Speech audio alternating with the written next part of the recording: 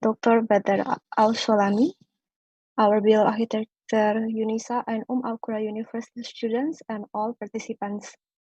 It's our great pleasure to welcome you to our International Collaboration Webinar Series 2020 with the title The Hajj Crowds, Listen Learn for Architects. This webinar held by the collaborations by UNISA Architecture Study Program, Al-Qura University, Saudi Arabia, and University Technology, Malaysia. Let me say a greeting to all Chairman Architecture Study Program from Perguruan Tinggi Muhammadiyah Aisyah, all chairmen, lecturers, students from Architecture Study Program in Indonesia. I wish you all are on in good health.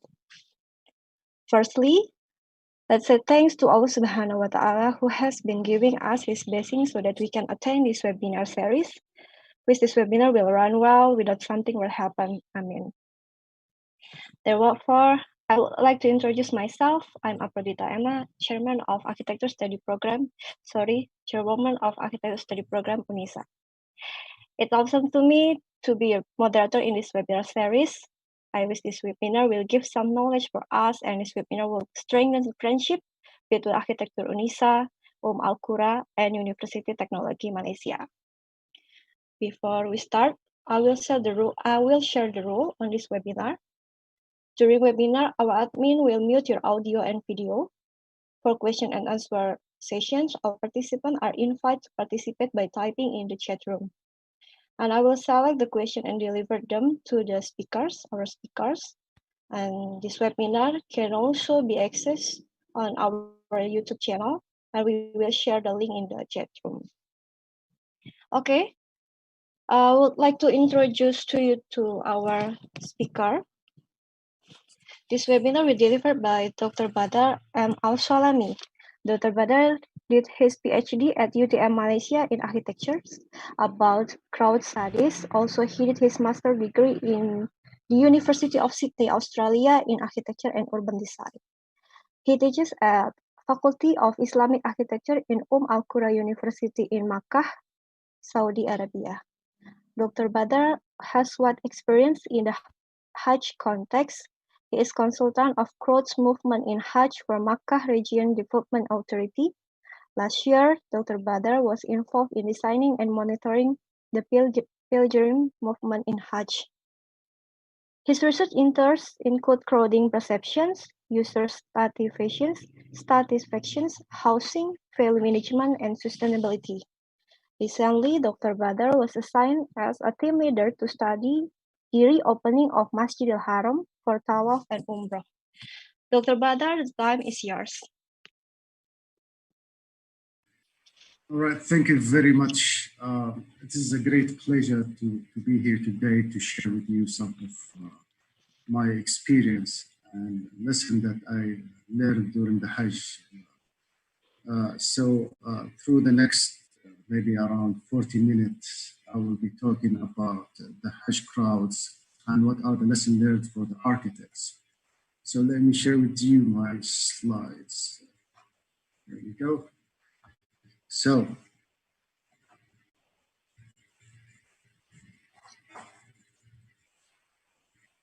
is it clear, yeah? Sure. Yes, please. So, Bismillah ar-Rahman ar-Rahim. Alhamdulillah wa salatu wa salamu ala Rasulullah. I will be talking, inshallah, about the Hajj context in general. After that, I will be talking about the understanding of the users and specifically the pilgrims in the Hajj.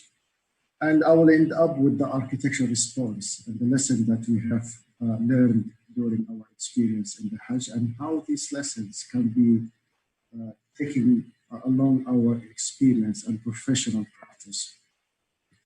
So, لبيك اللهم لبيك لبيك لا شريك لك لبيك إن الحمد والنعمة لك والملك لا شريك لك. Everyone knows about the Hajj. The Hajj is the wish for more than 1.2 Muslims around the globe. It is the fifth pillar of Islam, and only those who are capable financially and physically can attend the Hajj. The Hajj journey consists of 5 stages. The first stage is to stay at Mina on the 8th of Zulhijjah. After that, they move to Arafat and they stayed from the noon to the sunset. And after sunset, the Hajjis or the pilgrims move to Muzdalifah and stay their nights over there. And after spending the night in Muzdalifah, the Hajjis move on the 10th of Dhul Hijjah to Mina to do Jamarat. And they stay there for minimum 2 days, up to 3 days. And after they finish their rituals in Mina, they move back to Mecca and they do Tawaf Wada and they finish their journey. I highlighted Mina just to give you an example of the challenges that we have in Mina. So for those who are not familiar with Mina, Mina has a total area of 7.6 square kilometer. 47% of this area is mountain topography with a total area of 3.43 square kilometer. And the flat area is around 53% with a total area of 4.24 square kilometer. This flat area, around 69% is dedicated for the tents where pilgrims and Hajjis stays. And 25% are for movements, streets, bridges, and also for the Jamarat bridge where people do the stoning. So the average outdoor space we have per pilgrim is less than half square meter. So it is, if we want to put it in a density formula, it is 3 to 4 person per square meter, which is very low. So here we are talking about a very restricted area in Mina, and we have 2.5 million pilgrims.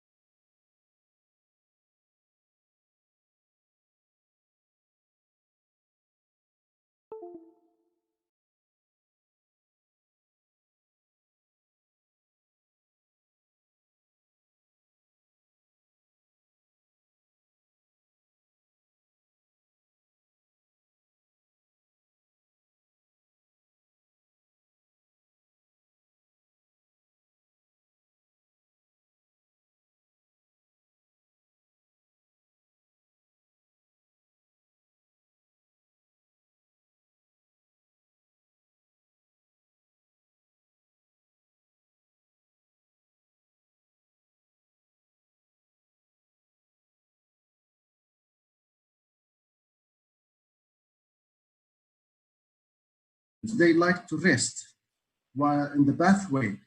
And this is actually blocks the way, while you can see in the yellow color, they are still like waiting for others. So we have to understand that at this point, some of the pilgrims are exhausted from movement. And also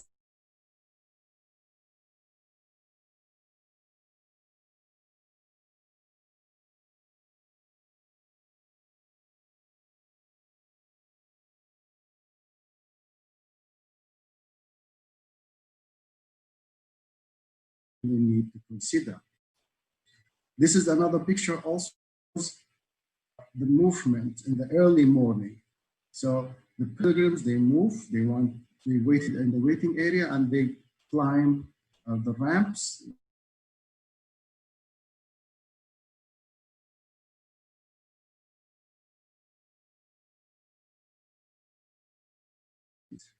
So they want to use a different path. And this is perhaps they actually want to join their group, or they want to use the elevators to go to the platform. They don't. Another reason could be because it is too crowded for them to join and they want to save time. So all of these aspects are related to their cultural background. This is another picture. This is the pilgrims leaving Jamarat stoning. As we can see, they move in one direction. But if you pay attention, you can see someone holding a wheelchair here. And this wheelchair is not allowed to be in this.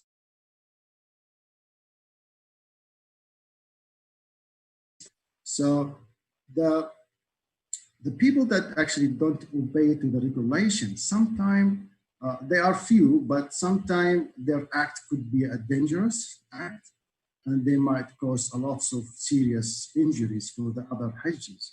So this is some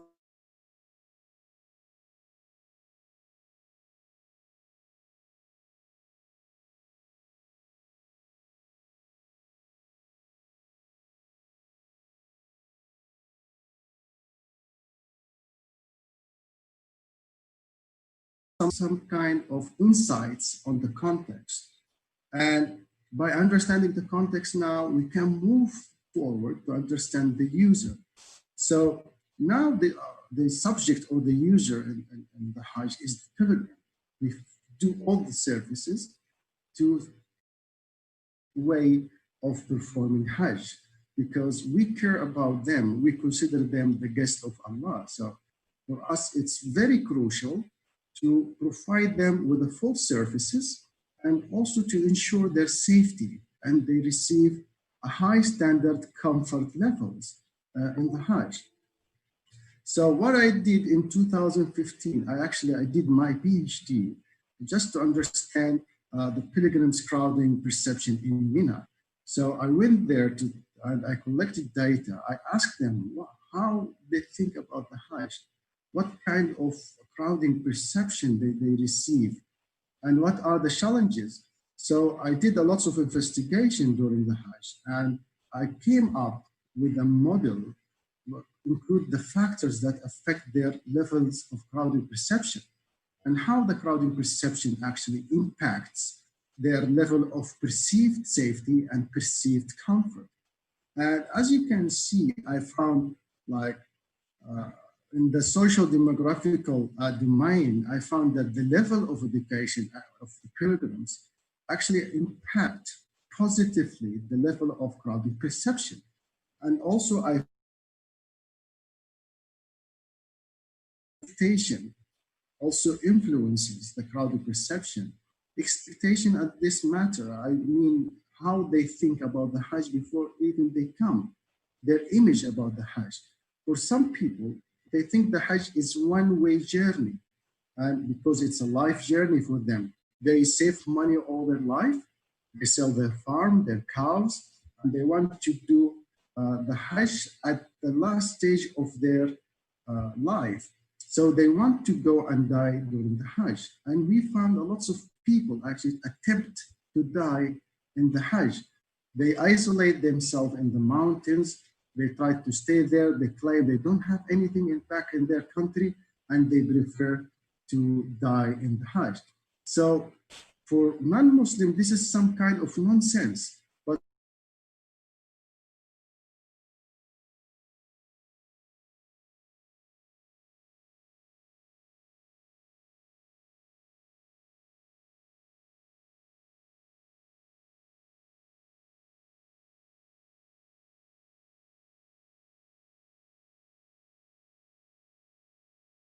only sides to make sure there is no Hajjis stay there trying to die from hunger and thirst. And also on the social domain, we find that provision of information between the pilgrims themselves is something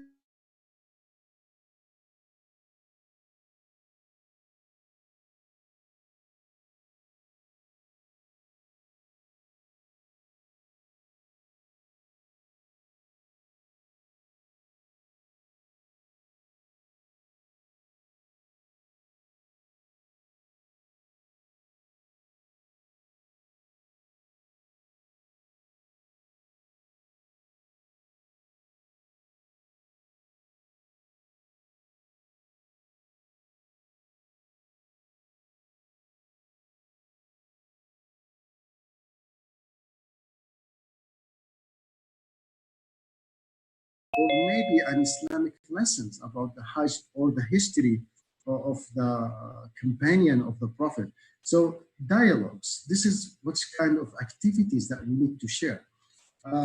Also, we can talk about the routing strategies, which is under the physical domain. People lose their ways because they don't understand the context. In Mina, for example, it's all tents, it's white in color. The roads are all typical and the same. And for someone who's not familiar with the context of the Hajj, he easily gonna be lost and he cannot find himself, he cannot identify his way. He follow 100% his guidance, the mutawwif. If he lost his way, then he thinks that he lost his Hajj. So he doesn't want to take this risk. Also, we have to think about the coding and signage as one of the physical domain factors. Not every signs and code is understood by the pilgrims. Some of them cannot even read or write. And also we're talking about pilgrims coming from more than 180 countries from all over the world. So we're dealing with so many languages. The basic languages we have in the Hajj are 7 languages. So we need more languages, or can we use the technology to come up with a new solution for this issue? Another example that came across my mind about the provision of information about the pilgrim. We know that the level of education in terms of the Hajj teaching varies between the pilgrims. So some of them, like an ustad, he know everything about the Hajj, whereas the others, they are poorly knowledgeable about the Hajj. And they tend to follow each other. Let's say, for example, if you saw a big group going to Jamarat, maybe it's not in the right time to do the stoning. If anyone saw them, he will think that this is a right time to go. So people in the Hajj, they tend to follow each other because they are lacking some of the Hajj teaching and they don't understand the overall meaning of the Hajj. Also, from the things that I found from asking the pilgrims, maybe they share the same factors. For example, here I have the pilgrims group from Southeast Asia, which include Indonesian, Malaysian, Muslims from Thailand, from Philippines, from Brunei, and from Singapore. They found that the living place where they came from actually influences the crowding perception. If they are coming from kampung, a village, they have different perception. They are not used to a crowded location. Whereas if they came from a large city, a crowded city like Jakarta, it's easy for them to mingle their way and navigate their ways in the Hajj. Also the entry mood. to Mina if they are using the bus or using the train or using their foot, they walk. It also influences how they perceive the crowds in the Hajj, and it's actually affect them. And we found it's actually related to their physical body, because if they walk too much, they're going to be exhausted and they're going to easily capture illness. So this is one of the things that we also have to consider. Also from a social domain, there is something interesting about the groups from Southeast Asia. It is related to the interpersonal similarity. There is a say that the pilgrims who doesn't believe like they are belong to each other, so they have an issue. And we found that interpersonal similarity somehow could be further investigated, because the pilgrims from Southeast Asia, they don't see themselves belong with the other groups. They see that there is some kind of division. They cannot communicate. Maybe it's a language barrier, and maybe it's because of the food, you know, like Indonesian, they like certain foods, the Arab like a certain food, African like a certain food. So, and there are differences in the language, so they cannot communicate with each other. So they try to isolate themselves and be focused. So this is something that affects the interpersonal similarities with the others. From the physical domain, spatial anxiety. Spatial anxiety means that once you get out of the camp or from the tent, you don't know where to go. You go to the right, to the left, you don't know your destination because everything looks the same. So you get anxious and you get worried. And once you get worried, the level of crowding perception goes high. And that affects how you're gonna move and how you're gonna like perceive the safety at that point. So also the people don't understand sometimes the coding and signage system of the camps or the roads in Hajj. It's a universal system that we are using, but sometimes they mix up because we have so many features in the Hajj. So people, they get confused. In the Arab pilgrim group, which include all the Arab nations except for Saudi Arabia, we find some similarities in terms of the factors with the Southeast Asia. For example, the interpersonal similarity is also there with the Southeastern pilgrims.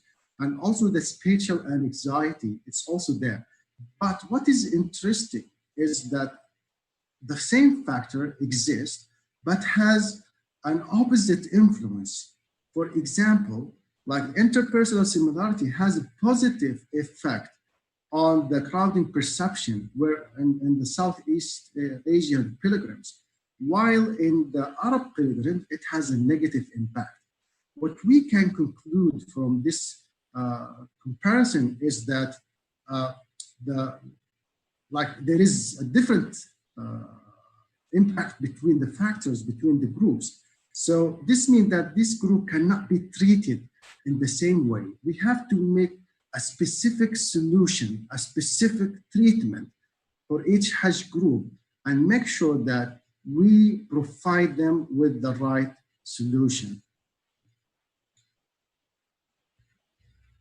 So I will give you an example of how we think that spatial anxiety could be solved during the Hajj using technology. The South Asian group's manager can minimize their pilgrim spatial anxiety in Mina by training the pilgrim to use a navigating application, which allow them to become more confident to move in Mina without being anxious. You know, in Mina, for example, there are lots of time that you can move around, that you can explore. But the pilgrims from Southeast Asia, they don't like to get out of the camp because they are afraid of being lost. So for them, it's very scary, you know, and also they get very strict directions and guidances from their mutawwif to stay at the camp. Don't go out. If you get lost, we cannot find you.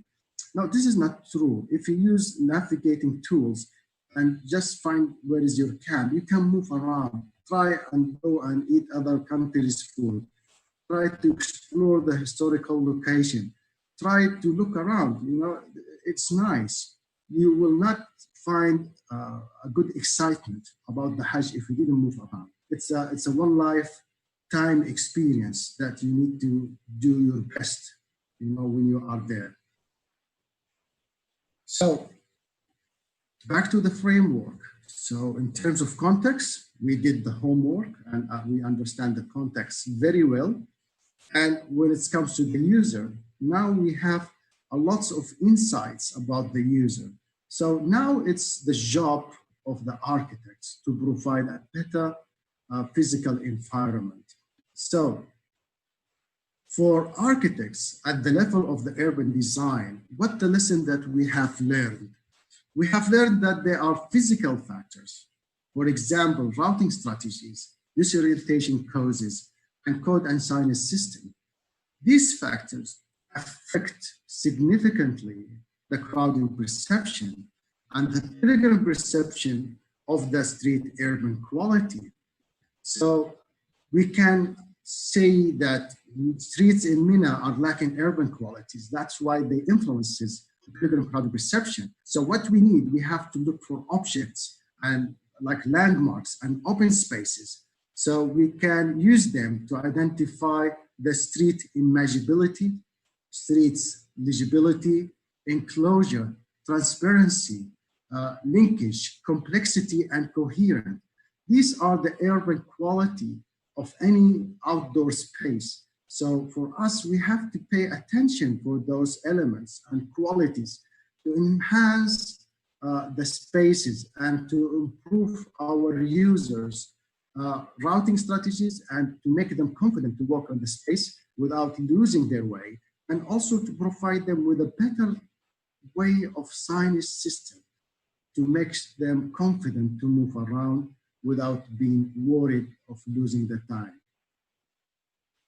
For architects, of course, the findings of my research could improve the pilgrim perception of the street urban quality. So we are talking mainly about the street enclosure.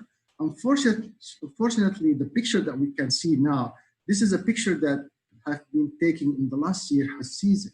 And we can see that there is no street enclosure. People like to throw rubbishes. You cannot identify. There is a small sign with the number of the camp.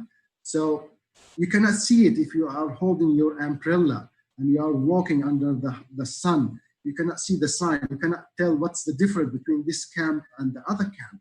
So this is what we call the street enclosure. So for us as an architect, we have to think how we can improve this street enclosure.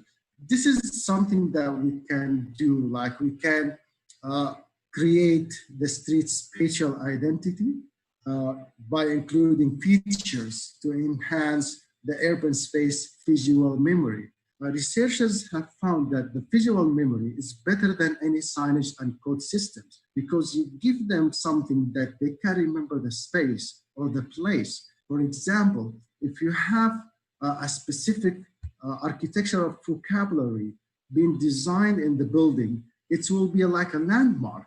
Each time you came to the same street, you will find that this landmark is there. You will remember it. You will say, oh yes, I remember this landmark. I remember this architectural vocabulary. It's unique.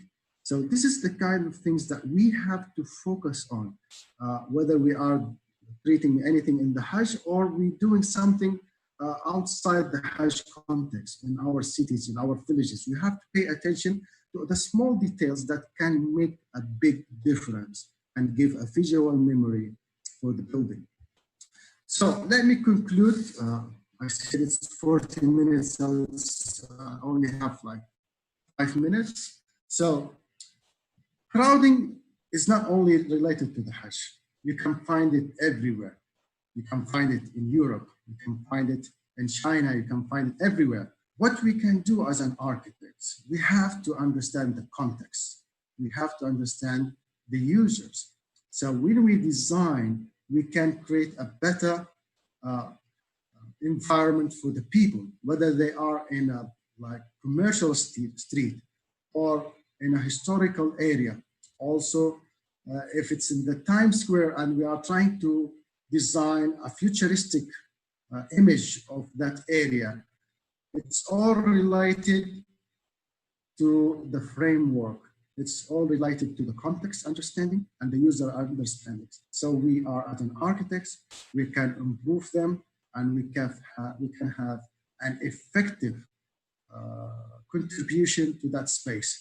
And all of this could help to improve our cities in general and make the people more safe and feel more comfortable with their cities.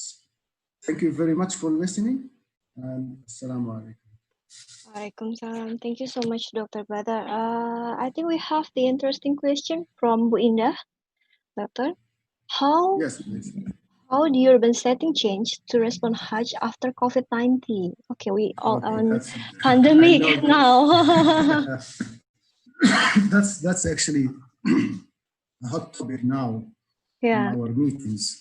Like, what if we are going to open the Hajj this year during COVID-19? What are the, let's say, the preventive precautions, procedures that we need to take?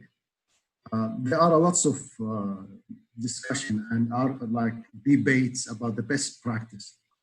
And if we follow the social distance, is it enough or not?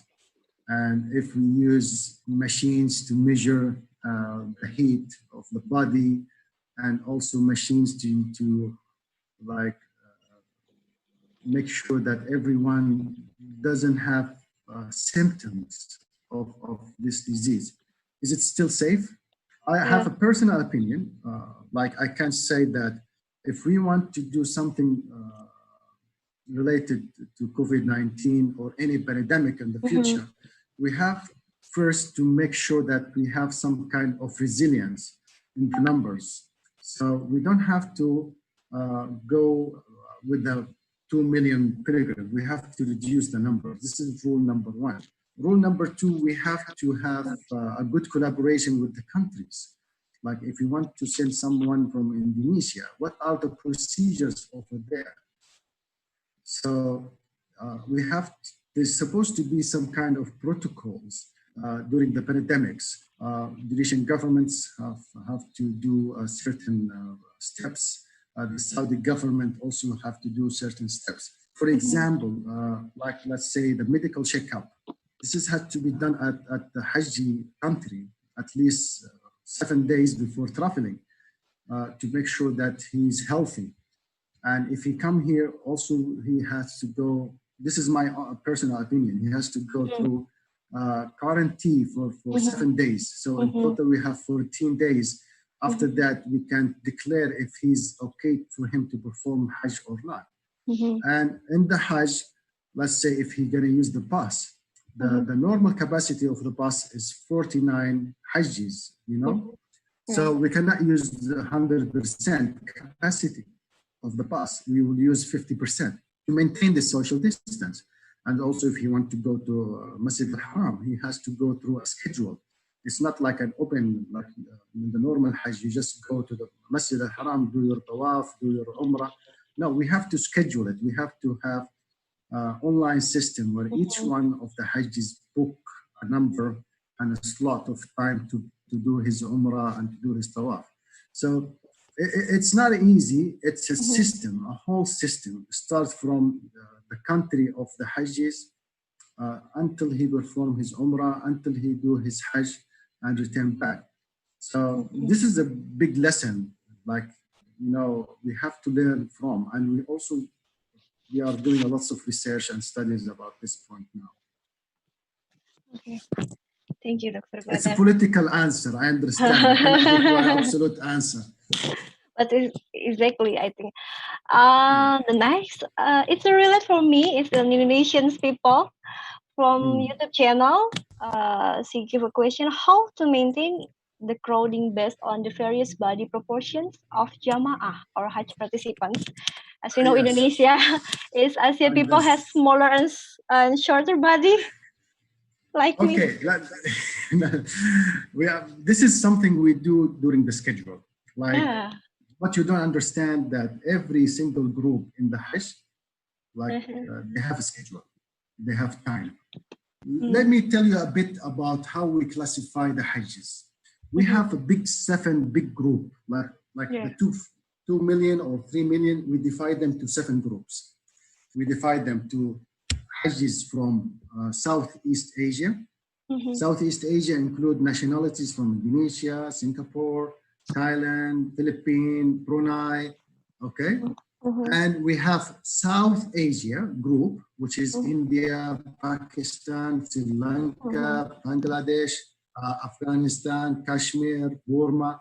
And we have the Turkish and Muslims from Europe and United States and Australia group. This is, of course, Turkish country, and anyone coming from Europe or America or Australia, they go under this category.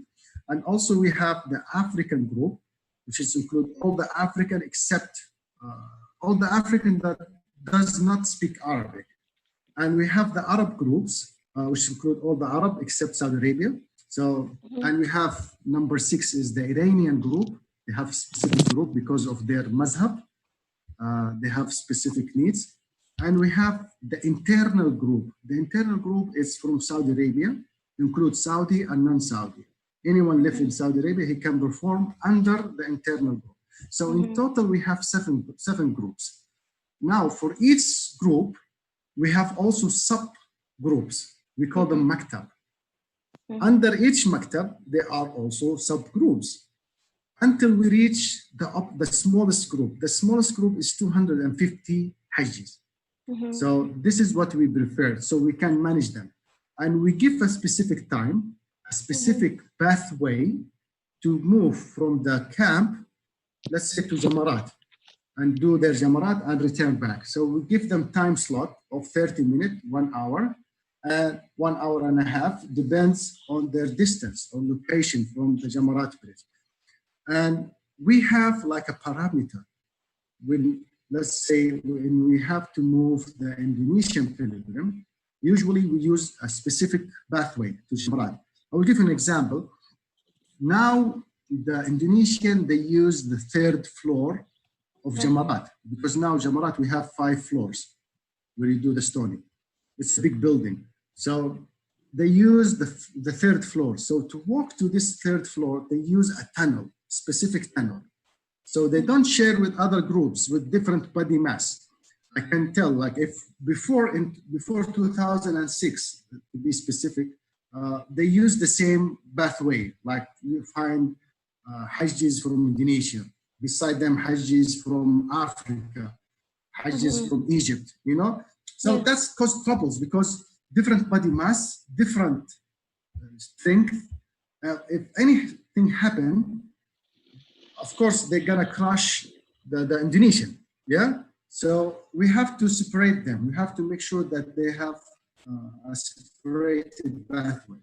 So we do plan for that. We consider that in the movement. Okay. Yes. Okay, next, Doctor, we have question from Ibu Dewi Fadila Sari.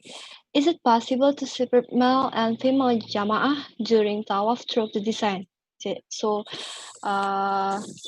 she think how we can do about tawaf. When tawaf, we design it separate male and female. Okay. During there tawaf. is no, yeah. Let's say like this. Tawaf, we cannot separate them.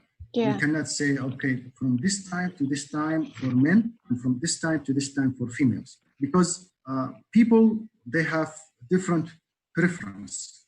Like, for example, there are a group who like they have a lots of couples, you know, husband and wife. So they don't want to be separated during tawaf. It's okay to be separated during their stay at the hotel or during their stay in the tent. So this is a different story. But during the tawaf, according to Sharia law, there is no problem because everyone is like under Allah, in Allah territory, and they have to focus on their ibadah. So they don't care who's around them because they are super focused. But once they leave from tawaf and sa'i, I think, no, the people, we have to maintain their mentality and the separation between male and female. But during tawaf, it's impossible to do that because everyone wants to do tawaf at the same time. Wow. Okay. Wow, terima kasih Bapak Ibu untuk partisipasinya. We have Khalid from Arsitektur Universitas Negeri Gorontalo. Dr. Badar, he give you a question. What is the role of architect in regulation circulation Jamaah Hajj who are always dense and irregular, so that a lot of signs that make the loss of beauty and concentration of Jamaah Hajj?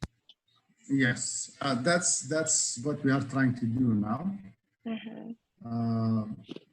We are doing lots of investigation. Last year was, I had the chance to design the movement and look at the built environment of overall Hajj and do the recommendations. Unfortunately, not all the recommendation, or let's say not recommendation, let's say the way we think as an architect. If we want to make, for example, if we want to replace the tent with the hotels, is it accepted by Sharia law? There is an issue in that. Because we are dealing with so many madhabs. Some they accept, some they don't accept. Some also, they like to make it simple. They said, okay, the Prophet, peace be upon him, he did the Hajj in a tent. So we want to do it also in a tent. We don't want to have a modern infrastructure, because this is a communication between us and Allah. So it's kind of being humble when we come and do this journey. So this is a big issue. So anytime we try to improve, let's say, for example, I want to redesign the camps. I want to do double-story camp. It's difficult because some of the group, they don't accept. They say, no, I want to sleep on the floor. The Prophet slept at the floor. I want to sleep on the floor. The Prophet used this pathway. I want to use the same pathway. The Prophet do the stoning in the ground floor. I cannot go to the rooftop. I want to do it also in the ground floor. So this is the demands of the Hajjis. So up to now, we are succeed to do some changes, but for some, it's not clear. But the operational level, we talk about the operational level, we do a lot of things that no one see it, but it's help in making sure that the Hajji receive a good services. I will give you another point that actually worries me last year. It's like one of the challenges that we have faced is how to increase the size of the roads to take more people, you know. Also, there is a kind of regulation, international regulation, you cannot ignore. If you design something new, you know, the safety aspect of it, because we have a lot of consultants and we have also to receive a lot of health permissions. It's not only about Saudi Arabia, because this includes so many countries, and for some countries they have a very strict health regulation.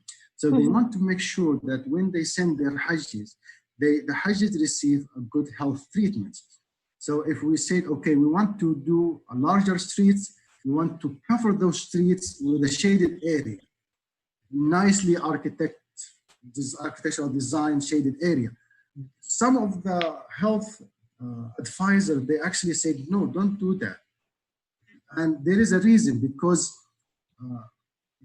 of the crowding level, it's easy to capture flu and disease, you know, and the sun helps to purify the environment. So let the Hajjis be exposed to the sun, because it will increase their immunity system. So if you want to design something, there is something also against it. So we face so many challenges in doing that. I hope that's answered the question, because very few people actually understand the complexity of making decisions in the Hajj. It's not only our decision, it's also good other countries, you know, because they're sending their people. So they have their needs, demands, you know. Okay, thank you, Dr. Badar. My student give you a question from YouTube channel. Does the time management of activities exist to solve the crowding issues, particularly in public space? Yes. Let's define the public space in the Hajj. The public space in the Hajj is not like any normal public space around the world. You know, we talk about a very dense, very super dense crowd, like public space. So if we didn't maintain scheduling, then people will crush each other, because we have to keep them at the tent most of the time and allow them for specific time to go to certain public spaces. Like we put them like a group. Every like half an hour we open for one group, and we make sure that the other group already in the return way is coming back, so we don't make any clashes in the pathways. So it's very important. And also we have lots of resources, like let's say we have CCTV's camera to monitor every path, every public space, every road, to make sure that they follow the regulation. And if they didn't, then we go and try to solve on the ground. We have to fix it, and we stop the scheduling. I remember last year we had rains on the 11 days, like second day of Mina. We have lots of rains and strong winds. So we asked the pilgrim to stay at their tents. They cannot walk during the rain because we are afraid they capture disease. They maybe get slipped on any surface and they injure themselves. So we asked them to wait. They waited for 1 hour. After we make sure the rain stopped, we cleaned everything, then we allow them to come back again.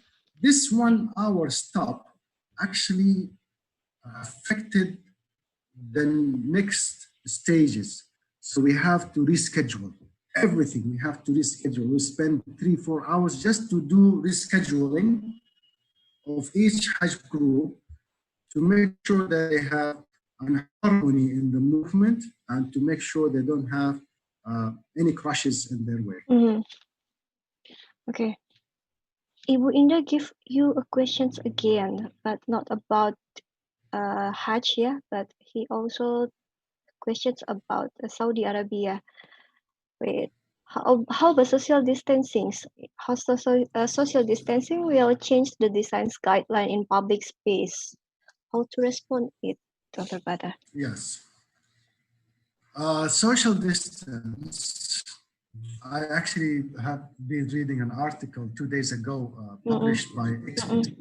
They say that social distance may be not the right decision because it doesn't have any effect.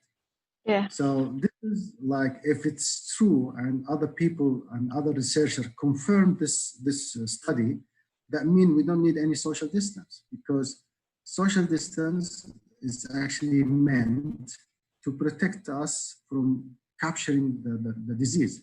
But if it's not effective, then why we have social distance? So this is one point. The other point, if we have to have social distance in public spaces, then how this gonna affect the design or the use of the public space? Let's say not the design, let's say the reuse of public space, because the public space exists, but how we gonna reuse it, how we gonna use it, how we see it. Like now I want to go to the public space, which kind of activities I want to do there? I'm going to sit down, I'm going to read. So the social distance maybe will minimize, let's say, I will give you an example. Like, let me tell you something about the scenarios we are thinking about in the reopening of Masjid al-Haram. Let's say we're dealing with the Mataf area as a public space where everyone can enter and do tawaf. It has the concept of public space. If we want to imply the social distance, then we have to reinforce barriers to make sure that everyone obey to the social distance. So they cannot just move around as they like. We have to put them in pathway. We use barriers. So everyone want to do tawaf, they have to go through a specific barrier, a channel, and do his tawaf and leave. So you have to reinforce regulation. If people didn't obey, that means they are careless. And if they are careless, then they have to be punished somehow, because if they cannot care about their own health, so we care about the others. So it's the law now and regulation that has to be strong to protect the people from the careless people.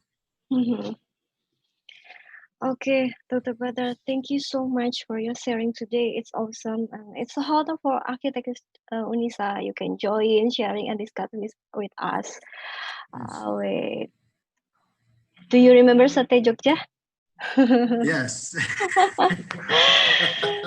We invite you if you visit to Jogja again someday. Inshallah. Inshallah. I came so many times to Jogja. Actually, I was there in February before the lockdown. I was in. Once the lockdown finished, I will be also visiting Jogja because I frequently travel to Indonesia, some for tourism, business, and education. Okay. Thank you, Dr. Badar, for taking time out of your busy schedules. And